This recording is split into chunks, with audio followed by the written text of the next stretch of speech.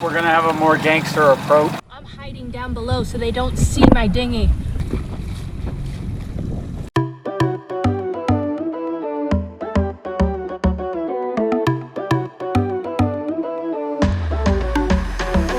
What's up, guys? Welcome back to Sailing GBU. This week we're picking up right where we left off last week when we just got to Boqueron. Matt cleaned the dinghy this morning, and so now we're going to try to go to land. We haven't been to land for a little bit, but we wish we could be those people. I get a lot of questions in DMs about people saying, can't you just go to a island where no one's at? And I wish I could. Maybe if I had a freezer or something along those lines, or better fishing skills, those would all add up to maybe a great time at my own secluded island. But we gotta go to land. We're not sure what's open or not, and we don't really know where to park our dinghy, but I guess we'll find out. This is the adventure. Usually this sort of thing is fun. In the current state of the world, it's not as fun, because I feel like we're gonna go out and they're gonna pretty much shut us down. We don't know the lay of the land, but this is the adventure, so come along with us for the journey, for the heartbreak, for the thrills. You don't know it's not going to be a heartbreak. I'm thinking positively. Everything's going to be open. I'm going to have bags of ice on my shoulders. It's going to feel like 1 pound each, but it's really going to be 20 pounds each. And everything's going to go great. Yes.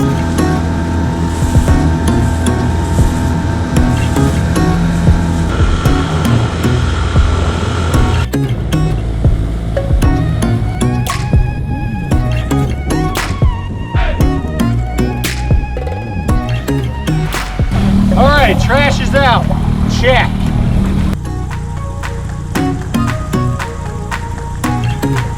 We're trying to find a spot to park our dinghy, but it looks like a ghost town at this marina, and everything's closed down, all the restaurants. So we might have to do some more suspicious work. Yep, we're gonna have a more gangster approach. Baby birdies over there.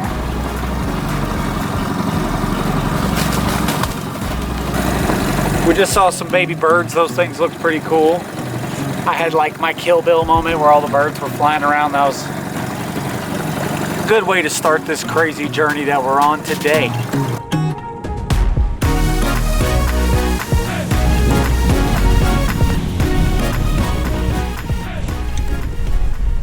All right, police came out. I think they're kicking people off the beach, but now Matt ran up to see if there was a grocery store. I'm hiding down below so they don't see my dinghy.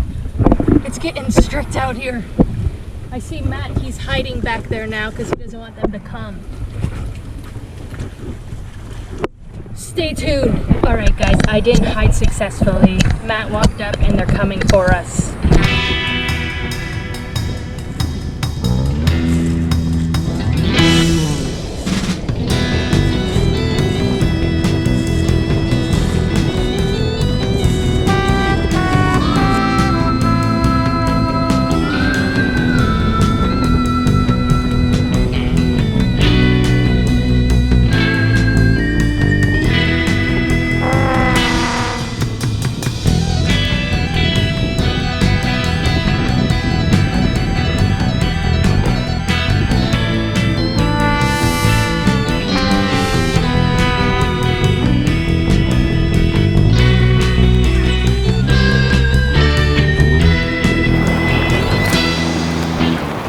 Alright, so the cops pretty much said there's grocery stores far away, I gotta go to the city, yada yada. Wasn't a ton of help. Well, first they told us that we couldn't be on land, and then we were like, but can't we go to the pharmacy and grocery store? And they're like, oh yeah. Yeah, basically their job is just to tell everyone to piss off. And then if you're like, what is the law? Can I legally do it? And then they're like, yeah, you can legally do it. So, pretty sketchy, Doc. I don't know, we'll see how it goes. Hopefully nobody messes with me anymore. We're supposed to have high spirits here. I'm feeling great about life. Well, these guys are about to cuss me. Well, we're on the search. Matt has the phone and the maps going. We're staying clear of people. Wait, I think we're supposed to be... Uh-oh, wrong way. Where we just came from. Do you need me to take care of the maps, Matt? I think I do. I think you're the navigator. That's what I like about Puerto Rico. They know how to party. They know how to have a good time. You know, in Key West, they got the world's smallest bar. In Puerto Rico, they got tiny chichaitos, $1. Hilarious.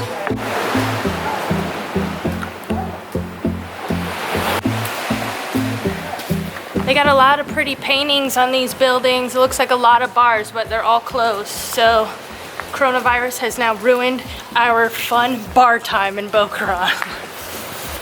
And it's ruining our lives. And I take bar time really seriously.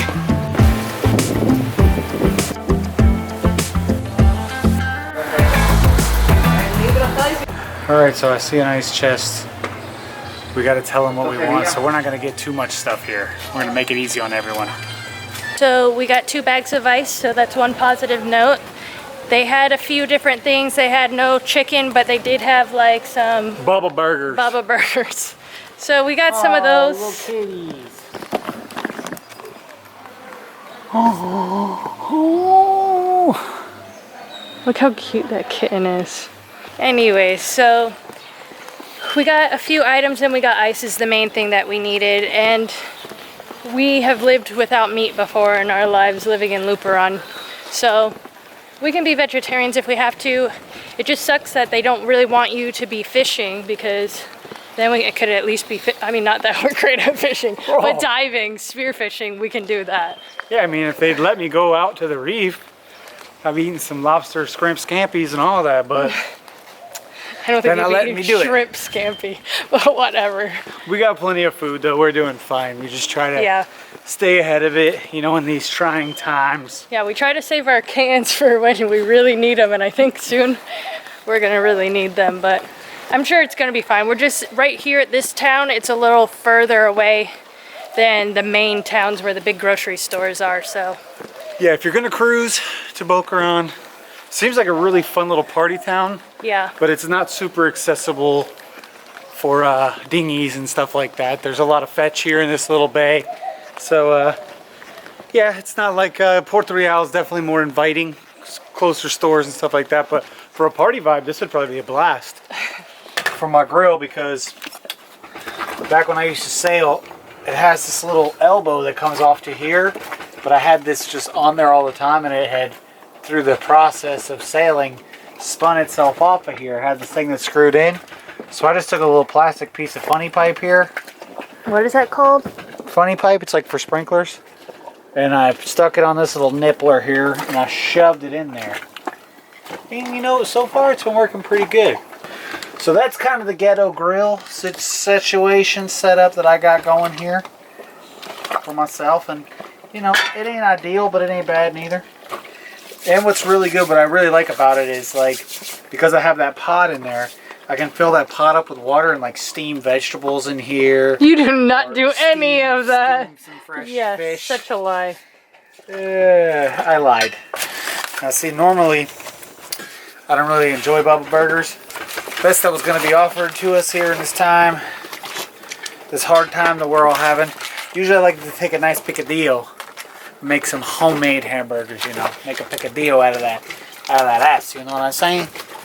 No, I don't think anybody does, but thank you for sharing. They say, hey, you know, if you cross me, I'll make a picadillo out of your ass, man. That's like an old Scarface thing.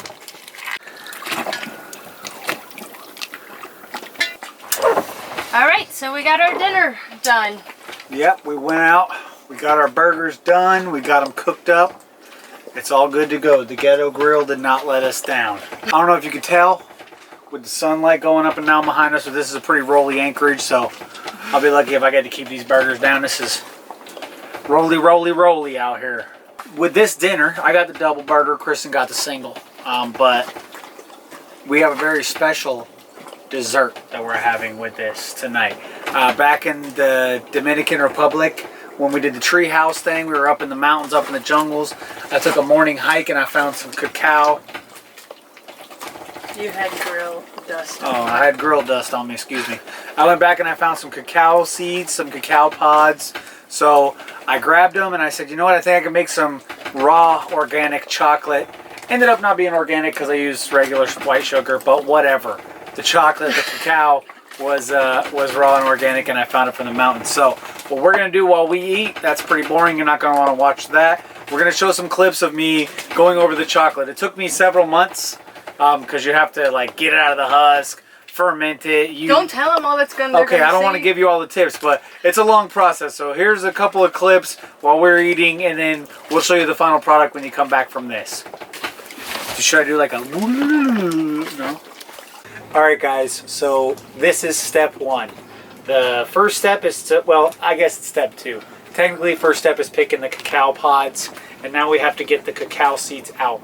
These are a little brown. It took me a little bit longer to get to them because I was traveling across the 7 seas, but one half of a quarter of a seed. Tiny baby little sliver of a seed. Anyways, back to the chocolate. Back to the chocolate. I got the seeds out of here, so this is step 1. Yeah. I don't think. Oh, okay. And this is the powder. This is the seeds. They smell good. I think these are going to be right, so these come out here. We're going to get them all out. And now the shuckers, the huskies are gone. Now we're probably going to go get to the next step, but we might have to do some internet research first. So not only do we put up videos on YouTube, we also watch videos on YouTube to learn. All right, so I got my fresh beans. Now I have to let these ferment for a specified amount of time. Some people do 1 week, some people do 2 weeks. I'm just gonna kind of see how it goes because, like I said, this isn't a how-to. This is just some crazy kid from Florida trying to make some fresh chocolate. Florida man organic chocolate. Look for it in a store near you. But yeah, so I'll be doing this. I'm assuming out of all this, by the time it breaks down, I put in my extra ingredients, I'm gonna get at least like 5 or 6 Hershey's Kisses out of this bag. All right, guys. So we'll come back to you in 1 to 2 weeks. We'll have our fermented seeds, and then we'll show you the next step. All right, guys, welcome back to Charlie and the Chocolate Factory. So what we have here is my cacao beans, cacao seeds, whatever it's called. Most of the pulp is off. They've been fermenting for about a week or 2. And so now they're ready to go, and we got to dry them out. I don't know exactly how long it takes to dry them out, but once we dry them out, then we get the nibs. Then it's a pretty fast process from after we dry them out. We're going to have chocolate pretty soon. What's up, y'all? Welcome back to Matty Boy's Chocolate Kitchen. They don't call me Willy Wonka for nothing. So we had a terrible tragedy happen today. We were out fishing, and I know, stupid waste of time for us to go fishing, but I came back and my beans were getting rained on. After I've been drying my sweet beans for several days, they got rained on, so now they're like soaked up. So what I'm going to do is hurry up and Kenny Rogers roast them to dry them out. I messed up, and now my whole chocolate enterprise is in jeopardy here. So, sorry guys if you're looking forward to some delicious chocolate. Alright guys, welcome back to Matt's Country Kitchen. I'm making chocolate. I think I'm to the last process now, or like second to last. I'll still have to set it and forget it. I've got my roasted beans here that I can crack, and it turns into nibs. I'll show you there. And you can eat those raw nibs. Delicious. Kristen says I burnt my beans.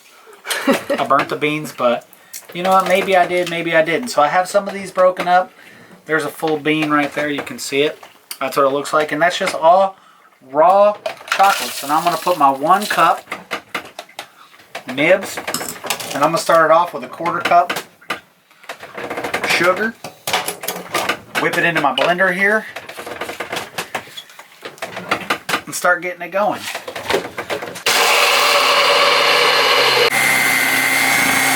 Alright, chocolate is mixed. Now it's time for me to make my mold. I'm thinking I can just make it out of tin foil. What do you think, Kristen? That'll work? Yeah. What are you going to make a shape of? A square. Oh, real original. Oh, wow. Wow. Let's see what it looks like. Looks pretty good. Yeah, and just so you know, it's actually hip to be square. This is actually looking pretty legit. I'm starting to feel like I'm gonna have myself a little chocolate bar here. Oh, shids. You know, when you want to curse when you're making chocolate, you know what you gotta say? You gotta say, oh, fudge. I think this is gonna turn out to be a chocolate bar. And I'm gonna be perfectly honest. And to take this, you know, I feel like this is my child right here. So yeah, I think I'll just put this in the cooler. And then I'm congratulating you. And then this will just be a chocolate bar here pretty soon. But I got some left, so I'm going to make another mold. Alright, so here it is. Here's my chocolate bar. Let me tell you guys, I'm really surprised that this actually came out. No offense to you. She didn't think that I could be a chocolatier. I mean, it looks kind of questionable. It looks like fudge almost, though. Well, the outskirts part tastes like chocolate. The outskirts. Here it is. Yeah, definitely the consistency came out more fudge-ish. I didn't have anything to really smoothly, finely grind it up. And then I had to use a little bit of liquid milk just to get it to go into a juice factor. It actually tastes really good. It tastes like a dark chocolate. Tastes like a dark baker's chocolate. A little gritty. But overall, edible. Thanks for watching, guys. Make sure you like and subscribe. Thumbs it up, and we'll see you next week. We're just taking every day, day by day, seeing what's going to happen.